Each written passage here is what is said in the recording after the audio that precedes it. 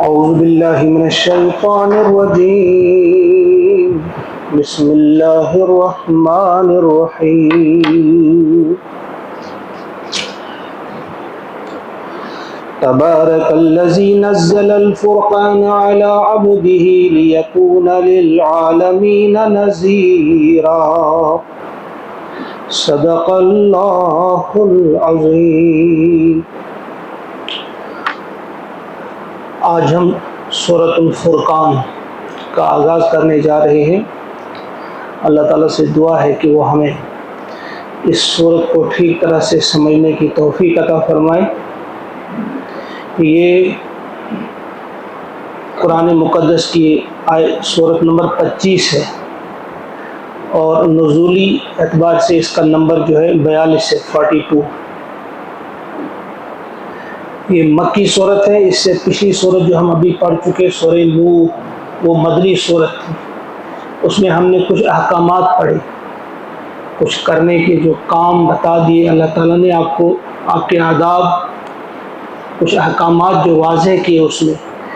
اب یہاں بیچ میں یہ جو صورت ہے، اس کو مکی صورت لانے کا مقصد اب یہ ہے کہ ان احکامات پہ عمل پیرا ہونا آپ کے لیے کیوں ضروری ہے۔ اس صورت میں 3 چیزوں پر زور دیا گیا ہے۔ ایک تو اس قرآن پہ، اس کی قرآن ہے کیا جس میں آپ نے یہ احکامات سنے، تو اس قرآن کی حقیقت کیا ہے، دوسری چیز توحید، اور تیسری چیز رسالت۔ ان 3 چیزوں پر زور دیا گیا ہے اس صورت میں۔ اس کے علاوہ بھی کچھ چیزیں بیان کی گئی ہیں، لیکن مین یہی 3 چیزیں ہیں۔ تو اللہ کا ارشاد ہوتا ہے، شروع کریں گے ہم اللہ کے نام سے جو انتہائی مہربان رحم کرنے والا ہے۔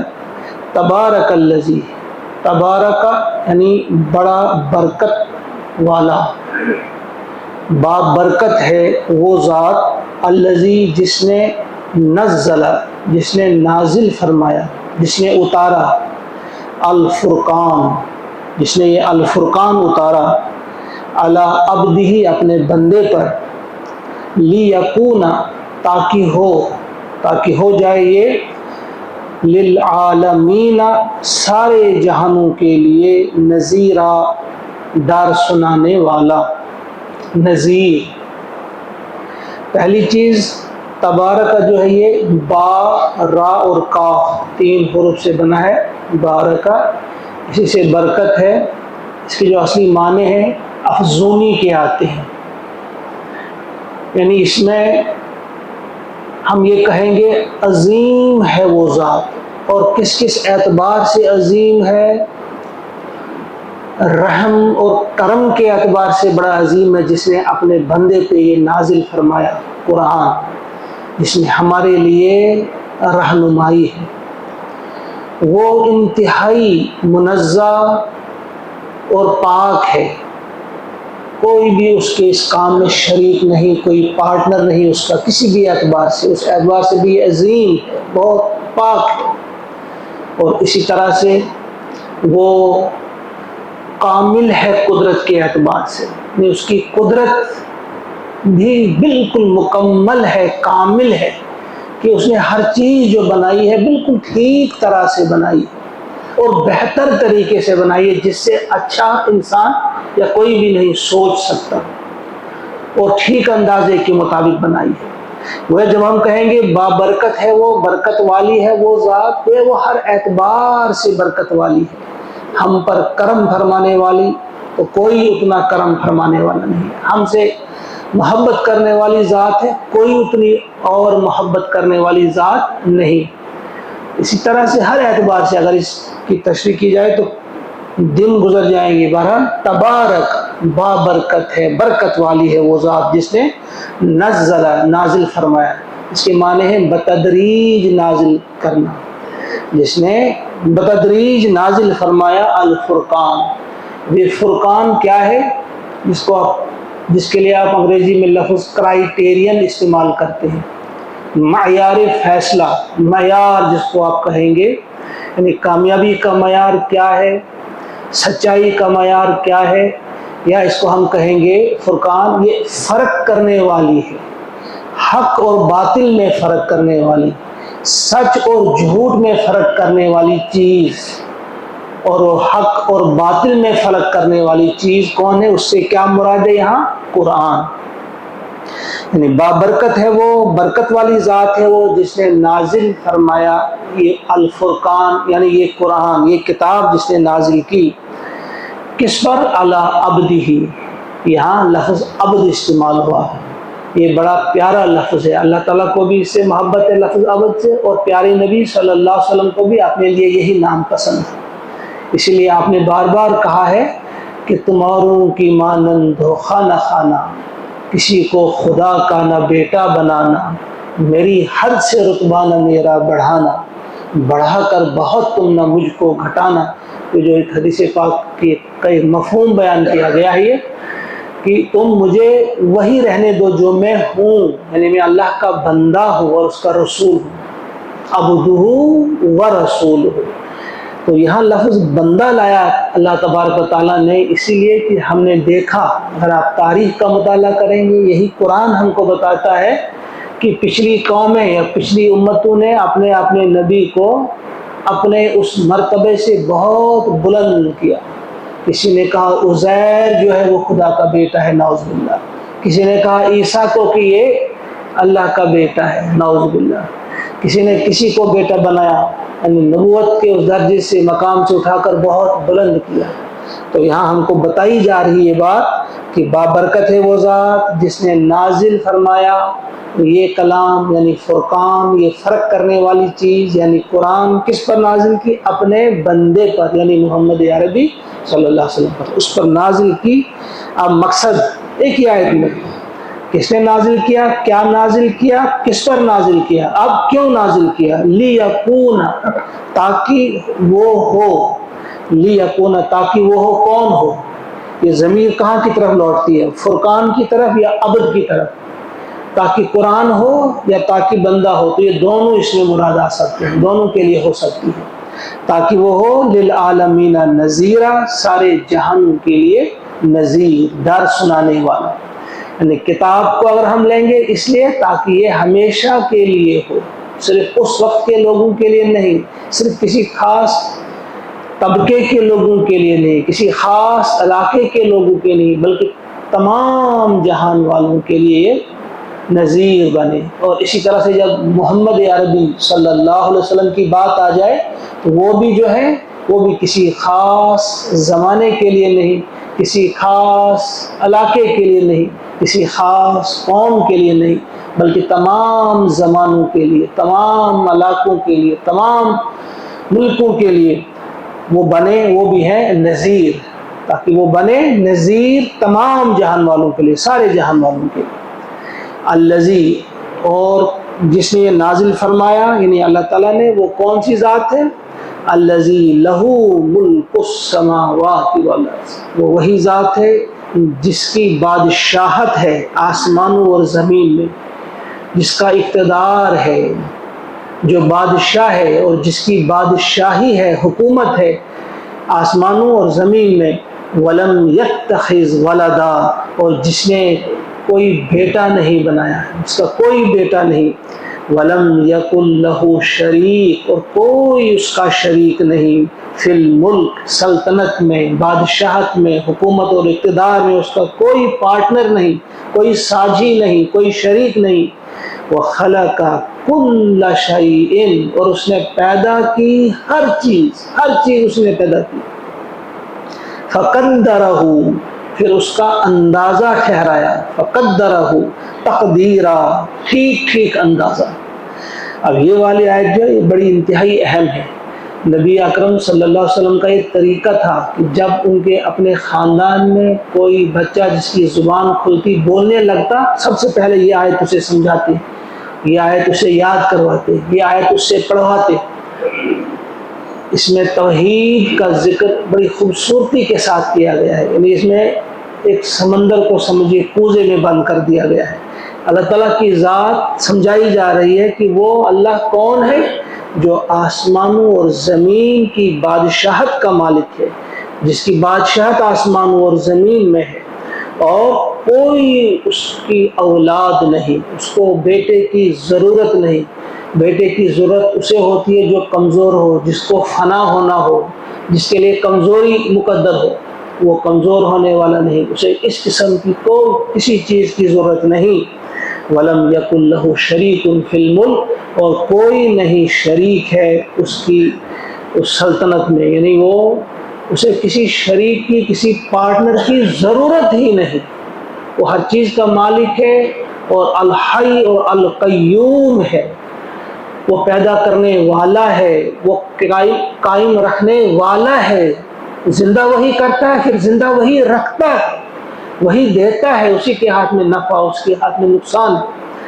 اور اس نے ہر چیز پیدا کی، اور صحیح اندازے کے مطابق پیدا کی، ٹھیک ٹھیک اندازے کے مطابق پیدا کی، چیونٹی سے لے کر ہاتھی تک۔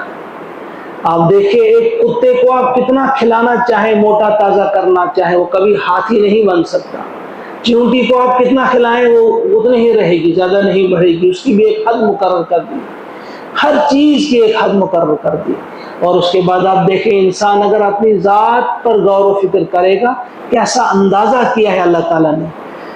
اس کی ناک جیسی ہونی چاہیے تھی ویسی ہے، اگر ہاتھی کی طرح لمبی ہوتی، وہ سونڈ ہوتی تو کیسا لگتا۔ اس کے کان اگر ہاتھی کی طرح ہوتے تو کیسا لگتا۔ یعنی جو جس قسم کا ہونا، یہ ہماری آنکھیں دو ہیں، یہ ہمارے چہرے پہ ہیں، اگر سر کے پچھلی سائڈ لگا دی گئی ہوتی تو کیسا انسان لگتا ہے۔ یعنی جس چیز پر بھی آپ غور کریں گے، آپ دیکھیں گے پرفیکٹ ہے وہ، ہر اعتبار سے اس کا ڈیزائن، اس کا سائز، کسی بھی اعتبار سے آپ دیکھیں گے کہ اللہ تعالیٰ نے کیسی یہ چیزیں بنائی ہیں۔ یہ فرمایا فَقَدَّرَهُ تَقْدِيرًا، اس نے اندازہ ٹھہرایا اور بالکل ٹھیک ٹھیک اندازہ کیا۔ اس زمین کو بنایا، کتنی اس کی سپیڈ رہے، ٹھیک ٹھیک اندازہ کیا۔ آفتاب کتنا دور رہے، آفتاب سے کتنی دور رہے یہ زمین، ستارے کہاں رہیں، سیارے کیسے چلیں، سیارچے کیا کریں، یعنی ہر ایک چیز کا جو اندازہ اس نے ٹھہرایا۔ اس سے آکسیجن کتنی ہو، پانی کتنا ہو، ایک ہی بار اتارا گیا ہے دنیا میں پانی، وہی اسی کو ریسائکلنگ ہوتی ہے، کس طرح سے واپس آ جاتا ہے۔ اسی طرح سے ہر چیز کو جب آپ دیکھیں گے، کسی بھی چیز پہ آپ غور و فکر کریں گے، زمین کے اندر کشش جو رکھی، کیسی ہو، کتنی ہو، اگر زیادہ ہوتی تو ہم چل نہیں پاتے، کم ہوتی تو ہم اڑنے لگتے، جیسے چاند پہ چلنا انتہائی مشکل ہو جاتا ہے، انسان کی وہاں کا وزن بہت کم ہو جاتا ہے۔ ہر چیز پہ جب آپ غور کریں گے، جس چیز کو بھی بنایا پرفیکٹ حساب سے بنایا، اس میں پرفیکشن آپ دیکھیں گے۔ فَقَدَّرَهُ تَقْدِيرًا، جو اس بات پہ غور کریں گے وہ اللہ سے محبت کرنے لگیں گے، اور اللہ کے قریب آئیں گے، وہ اللہ کی نافرمانی سے بچیں گے۔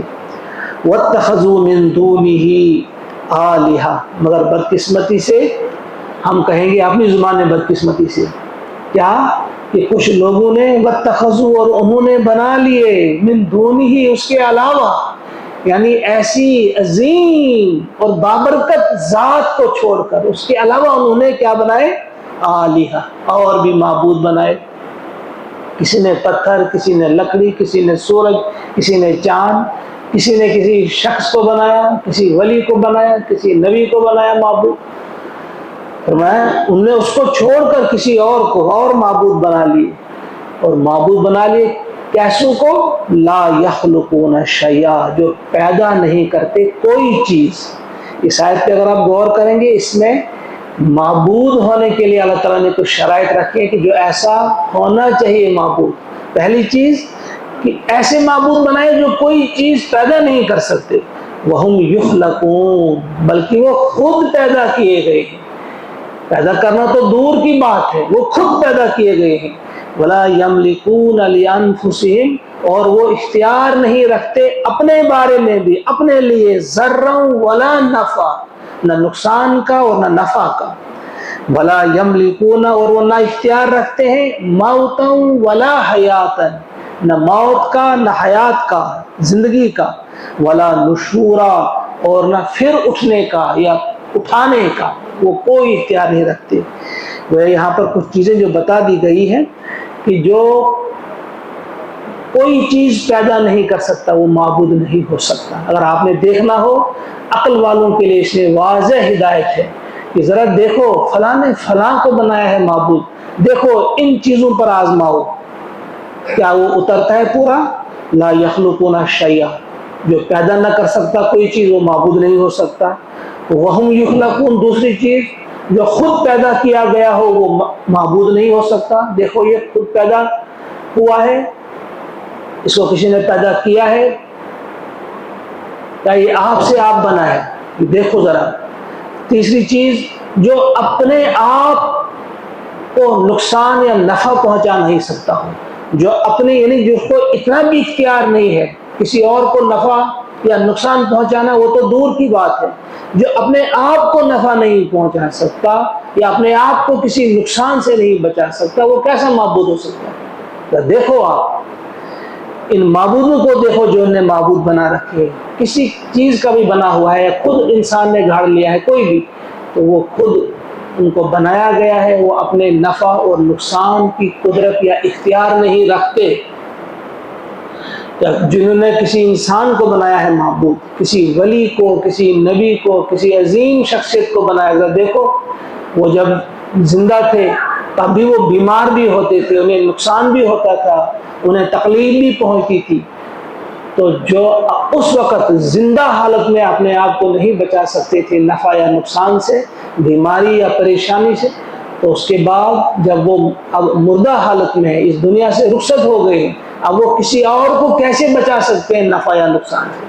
گویا ہماری عقل کو اپیل کی ہے اللہ تعالیٰ نے کہ ذرا سوچو، وہ انسان سوچیں جنہوں نے اس قسم کے عقیدے گھڑ لیے ہیں من گھڑت، جو اپنے آپ جو اختیار نہیں رکھتے اپنے لیے کسی نفع کا کسی نقصان کا، ولا یملکون موتا ولا حیاتا، اور نہ کسی کو موت دے سکتے ہیں نہ کسی کو زندگی دے سکتے ہیں، ولا نشورا، اور نہ وہ خود اٹھنے یا کسی کو زندہ کرنے کا، کسی کو اٹھانے کی جن کے اندر طاقت نہیں، وہ کیسے معبود ہو سکتے ہیں؟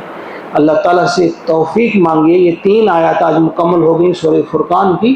اللہ سے دعا ہے کہ ہم سب کو توفیق عطا فرمائے کہ ہم پہچان جائیں اپنے مولا کو، اور پہچان جائیں اس کلام کی عظمت کو، اور پہچان جائیں نبی اکرم صلی اللہ علیہ وسلم کو، تاکہ ہم اس دنیا میں بہتر سے بہتر زندگی بسر کر کے آخرت کی کامیابی اور دنیا کی کامیابی بھی حاصل کر سکیں۔ اللہم اجعل القرآن ربیع قلوبنا ونور ابصارنا وشفاء صدورنا وذهاب همومنا وغمومنا ربنا تقبل منا انك انت السميع العليم آمین۔ السلام علیکم ورحمۃ اللہ۔